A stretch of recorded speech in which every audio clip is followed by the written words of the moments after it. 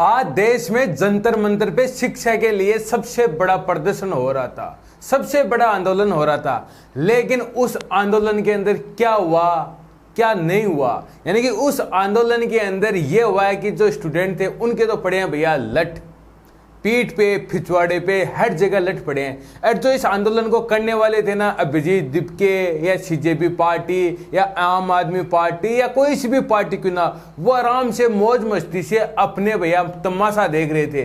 क्योंकि एक भी बंदा ये नहीं था कि सामने आके उस प्रोटेस्ट को ये बताए कि हमें आगे ये करना है। नहीं, जब लट पड़ने स्टार्ट हुए ना दिल्ली पुलिस के, तब सारे के सारे गुम हो गए, सारे के सारे रफ्फू चक्कर हो गए। यानी कि उनको ये समझ में आ गया कि आज भैया लट पड़ने स्टार्ट हो गए, अब हमारा यहाँ पे कोई लेना देना नहीं है। क्योंकि उनका सिर्फ एजेंडा ये था कि हम वो शिक्षा का विरोध नहीं करे थे, वो धर्मेंद्र प्रधान का इस्तीफे का विरोध नहीं करे। वो उनका काम क्या था कि हमें मोदी का इस्तीफा चाहिए। अरे मोदी बीजेपी पार्टी का प्रधानमंत्री थोड़ी है, मोदी भारत का प्रधानमंत्री है, पूरे भारत का प्रधानमंत्री। वो किसी पार्टी का प्रधानमंत्री नहीं है। हमें तो मोदी का इस्तीफा चाहिए। अरे क्या चाहिए आपको?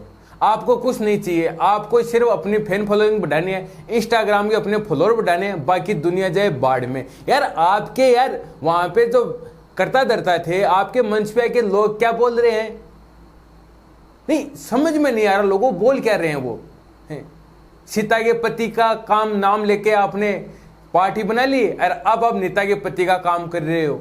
शर्म आनी चाहिए यार। वो हमारे भगवान है, श्री राम है। वो कभी कोई सा भाषण देता है, कभी कोई देता है जय भीम जय भीम। किस चीज का जय भीम? आपको वंदे मातरम बोलने में जोर आता है, आपको भारत माता की जय बोलने में जोर आता है। हम ये कर देंगे, हम वो कर देंगे, आपसे कुछ नहीं हो रहा है। लेकिन इस आंदोलन के अंदर जो कोई बेगुनाह थे, जिनका कोई लेना देना नहीं था, सिर्फ वो प्रोटेस्ट करने के लिए आए थे, उनके भैया वो बोलते ना, बहुत सारे लोगों के बोलते ना लट पड़े हैं पिछवाड़े पे आज।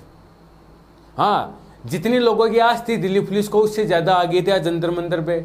और कुछ लोग तो वो बोलते ना संसद के पास जाने के लिए भी तैयार हो गए थे। फिर दिल्ली पुलिस ने आंसू गैस भी छोड़े, पानी की बौछारें भी हुई, बारिश भी हो रही थी, और भैया भगा भगा के मारा है। उधर से भी पत्थरबाजी हुई है। लेकिन अगर आप प्रोटेस्ट कर रहे हो, एक तो पहले आपको आज इजाजत नहीं थी प्रोटेस्ट करने की, दूसरे अगर आप कर रहे हो शांतिपूर्ण करते, और जो आपको लीड कर रहे थे उनको ये पता होना चाहिए था, बताना चाहिए था हम इधर से जा रहे हैं, ये कर रहे हैं, ये नहीं कर रहे हैं। इसको स्टार्ट किया तो सारे बोल रहे थे हमें किसी पार्टी से कोई लेना देना नहीं है, हम सिर्फ स्टूडेंटों के लिए खड़े हैं। आम आदमी पार्टी के जितने भी थे ना, जितने भी, चाहे अरविंद केजरीवाल हो, चाहे बाकी की और हो, मनीष सिसोदिया हो, जितने भी थे ना, वो सारे क्या बोल रहे थे, हमें तो सिर्फ मोदी का इस्तीफा चाहिए। अरे किस चीज का चाहिए? पहले आप अपने गिरबान में तो झांके देखो ना कि आपने क्या किया है। कोई कौन सी पार्टी से आ गया, कोई किधर से आ गया, कोई किधर से आ गया। यानी कि किसी को सिर्फ अपनी राजनीति का वो बोलते हैं उल्लू सीधा करना था ना, वो लोग वहां पे थे। और किसी को स्टूडेंटों के लिए कोई लेना देना नहीं था, नीट के लिए कोई लेना देना नहीं था। नहीं, सारे आते जंतर मंदिर बोलते कि हमें धर्मेंद्र प्रधान का इस्तीफा चाहिए, उसके अलावा हमें कुछ नहीं चाहिए। हमें भारतीय गवर्नमेंट आगे क्या कर रही है, आने वाले परीक्षाओं के लिए उनकी क्या तैयारी है, या आने वाली परीक्षाओं में कोई पेपर आउट नहीं होगा उसके लिए आप क्या करोगे, वो उसको कोई लेना देना नहीं था। सिर्फ पहले प्रधान का इस्तीफा चाहिए, अब हमें नरेंद्र मोदी का इस्तीफा चाहिए। वाह यार, यानी कि लोगों को बेवकूफ बनाना इतना आसान हो गया है। एक दिन का उनका अनशन, आते हैं फिर कुछ पार्टी वाले, उनको कोई पानी पिला रहा है, कोई खाना खिला रहा है, उनका अनशन तोड़ रहे हो यार।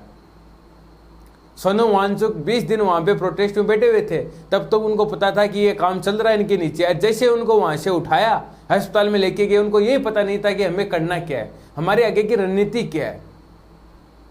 सिर्फ उनको घसीट के ले गए, हमें गाली गलौज दी। अरे अभिजीत दीपके यानी कि ये बंदा आगे जाके इतना बड़ा पॉलिटिशियन बनेगा, मैं आज आपको लिख के दे रहा हूँ। इतना झूठ बोलता है, इतना झूठ बोलता है, पैरों में ये गिर जाता है, झूठे आंसू ये दिखा देता है यार। यानी कि इस बंदे की एक्टिंग इतनी शानदार है, इसको जाना चाहिए फिल्मों के अंदर, ऑस्कर अवार्ड मिलना चाहिए इस बंदे को।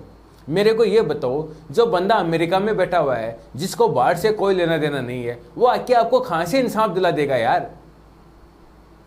एक बंदा वो रूस के अंदर बैठा हुआ है, वहां से भारत के अंदर प्रोटेस्ट हो रहा है, शांतिपूर्ण करना और भारतीय सरकार को चेंज कर देना, बीजेपी को चेंज कर देना।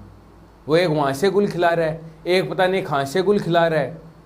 अगर आप आज इस प्रोटेस्ट के अंदर मारे गए तो आप शहीद खिलाओगे, और अगर आप बच गए आप तो वीर खिलाओगे।